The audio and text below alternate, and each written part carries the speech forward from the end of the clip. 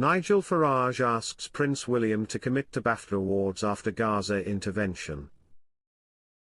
The former leader of the United Kingdom Independence Party criticised the intervention of the heir to the throne in the Middle East conflict. Welcome to Royal Pancakes. Please don't forget to subscribe and click the notifications bell, so you don't miss anything about the British royal family. Nigel Farage has asked Prince William to stick to the Baftas after he issued an impassioned statement on the war between Israel and Hamas. In a rare intervention, the Prince of Wales said he was deeply concerned about the terrible human cost of the conflict. He called for an end to the fighting as quickly as possible, and an increase in humanitarian support for Gaza. But Mr Farage questioned whether the strongly worded message from the heir to the throne was appropriate.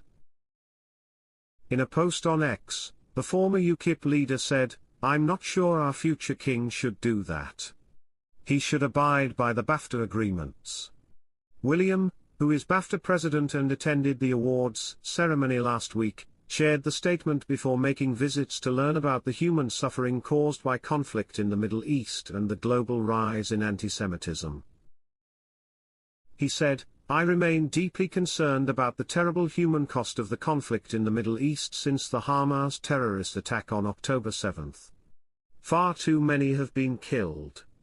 I, like many others, want to see an end to the fighting as soon as possible.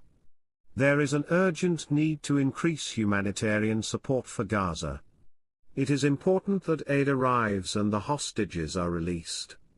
Sometimes, the importance of lasting peace only becomes apparent when we confront the sheer scale of human suffering. Even in the darkest of times, we must not give in to the advice of despair. I still cling to the hope that a brighter future can be found, and I refuse to give up on that." Kensington Palace said, the Prince and Princess were deeply concerned by the events that occurred in late 2023 and continue to hold all the victims, their families and friends in their hearts and minds. Their Royal Highnesses continue to share hope for a better future for all those affected. The October 7 attacks launched by the Hamas terrorist movement on Israel resulted in the killing of about 1,200 people and the taking of about 250 hostages. The war has killed at least 28,985 Palestinians, according to the Hamas-run health ministry in Gaza. There are new fears of an escalation in the conflict if Israeli forces advance into the crowded southern city of Rafah, where more than 1 million Palestinians live.